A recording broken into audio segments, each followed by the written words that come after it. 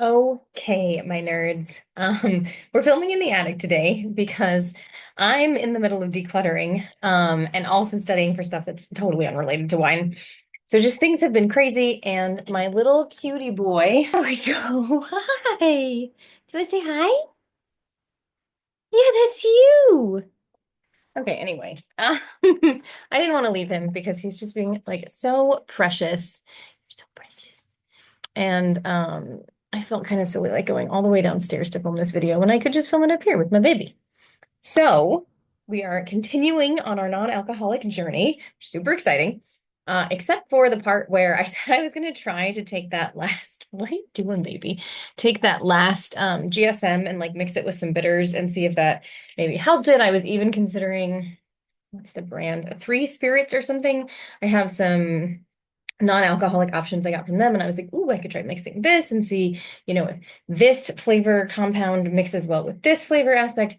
Yeah, it's been like a week since I filmed that video and I didn't do it. So I'm pretty sure that wine's just bad now. So today instead, we are trying the Spring in a Bottle from Wolfer Estates. So I have a little bit of info. This is also going to be like a completely unscripted. Nothing has been planned for this video, like mentally a little bit, but I didn't write anything down. Things are just really crazy right now, which I know I keep saying they're going to get better and like maybe by July. So I'm gonna alt tab, and then Wolfer is super famous for their Summer in a Bottle, which is a really like popular, famous rosé. And that one is 52% Merlot, 17% Chardonnay, 8% Cab Sauv, 6% Cab Franc, 6% Pinot Meunier, 5% Cayuga, 2% Syrah, 2% Gewürztraminer, and 2% Riesling, which is absolutely like wild. And I thought maybe the Spring in a Bottle would just be like the de-alcoholized version of that. Negative, my friends. It is Pinot Noir, Pinot Meunier, Saint Laurent, and Dornfelder. So that's pretty exciting, and we'll definitely, whoops, we'll be talking about all those grapes in just a second. So I did want to give a brief nod to the Rheinhessen. We're not going to spend a ton of time talking about that. I don't have Google Maps pulled up. I don't have anything prepared. This is like wild and crazy off the wall. But I do obviously always have books. So first and foremost, I'm really hoping my father-in-law is out there just every once in a while feeling really good about himself because I use this book all the time. So the Rheinhessen, just these are just a few excerpts. Hopefully I don't get like sued by these book publishers. Two excerpts. Today, Rheinhessen rivals the Pfalz as the most progressive and innovative wine region in Germany. Pretty badass. And then we have just one little thing. Like it didn't used to be very famous. So it was once best known for its generous production of Liebfraumilch, which is this like very sweet. I want to try it just to see because like they used to make tons of it and you can still get it. I think it was largely Thuler Murgau Sylvaner based and it was just very sweet. So not a huge fan of sweet wines, still have to try it just for the experience. And then from another book that I don't get to use as often as I would like, and I want to get more into it, is this Molier's Atlas of Taste. And they have a couple good excerpts. Yep, the Rheinhessen produced some of Germany's most exciting Rieslings, blah, blah, blah. Even more shocking is that the soils in much of the Rheinhessen are deep clay loam with ample water, which consequently makes heaps of fruity, rather uninteresting wines. But then it also talks about certain parts of the Rheinhessen where limestone is really prevalent. So, now, do I know if this wine came from there? No. Could it have? Yes. So we're just gonna go right into the tasting. I'm really on a mission to find some good non-alcoholic wines, but like I posted on my Instagram the other day, there's just the ritual of the tasting leaves something to be desired, and I don't know what it is yet. Anyway, let's talk about the grapes. So the four grapes, as I said, are Pinot Noir, which in Germany is called Spätburgunder, Pinot Meunier, which I believe is actually now just called Meunier. What did I say? Saint Laurent, and then Dornfelder. Now, Dornfelder is the second most widely planted red.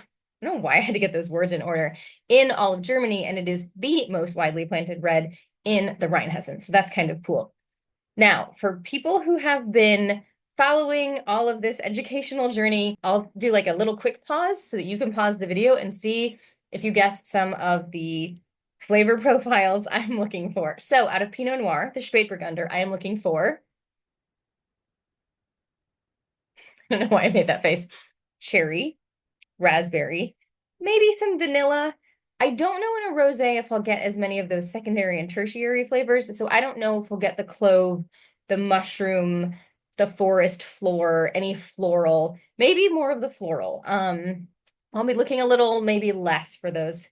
I got a weird trill in my voice. A little less for those like secondary and tertiary though. In rosés, I'm always looking for the primary flavors. In Meunier, I'm looking for tart cherries, pomegranates, maybe some raspberries and strawberries lightly, a little bit of smokiness I can still expect to get even in a rosé. Then we have the Saint Laurent. I don't actually know if we've been over this one, but if you want to guess, you can guess now. That's going to have cherry notes, raspberry notes, maybe some blackberry, blueberry a little bit. And then if we do get any of those secondary, tertiary flavors, well, actually, even the baking spices might express herbally. Anyway, we'd be looking for some baking spices, maybe some anise, a little bit of clay. And then finally, the Dornfelder. I was going to say something about red and white wines, and I have no idea what it was. So the Dornfelder, we're looking for a little bit of red plum specifically, but then also blackberry and some cherry. So as you can imagine, I'm looking for a lot of cherry in this wine, I think, because all of the grapes express cherry, but I don't know. We'll find out. Let's drink. Okay. Oh, also, I opened this using my phone as a camera, and I will be posting that on Instagram as the, go check out my YouTube channel thing. So if you want to watch yet another video about popping corks and how you shouldn't, it's on my Instagram, like all of my other cork videos. Okay, so nice bubble structure. I mean, that's some good mousse. These are some very like, I don't know if you can see these bubbles. There's some big bubbles. Hey, buddy. I actually wonder, I don't know if I looked up. I'm gonna guess they used traditional method, but I don't actually think I looked up. I will try to find that and put it in the video description. Okay, the dealcoholized wine smell, I think, is like a very specific smell, but I am not getting it as much. And I can push past it to smell wine. Like this almost smells like wine.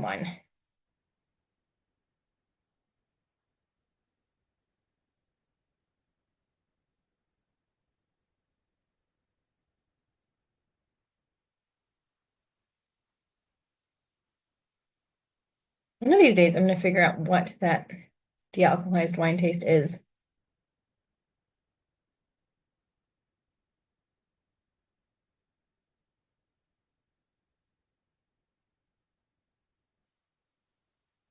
I get more of the cranberry pomegranate than I do the cherry, which is interesting.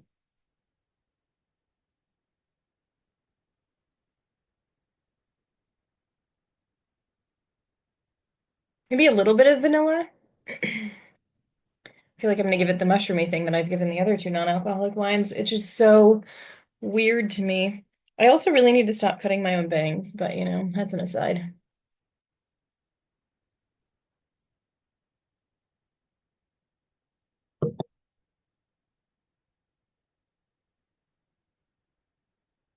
This is, I would say, the closest to date, which is something I've been reading. I guess they're doing a lot. Maybe it's easier to recreate the white wines and the rosés, and sparkling especially somehow is giving you more of the effect. I would sit this on its own, which I cannot say for the last two. Um,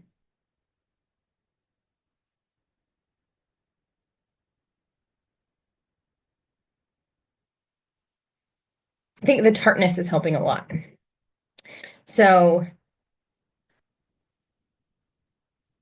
very much raspberry, cranberry, pomegranate, a hint of peach, maybe?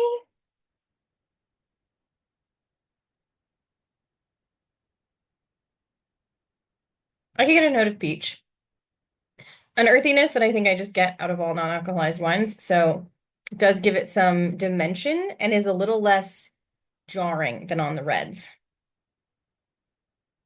Yeah, I think if you are foraying into the non-alcoholic wines, this one I would actually like legitimately and truly recommend, not as I'm not disappointed, but as I might actually drink more than just this glass I'm tasting for the video. So there you go. Wolfers, spring in a bottle, play on their summer in a bottle, I assume. And then maybe once summer comes, we'll try the summer in a bottle. Have a wonderful day. Cheers.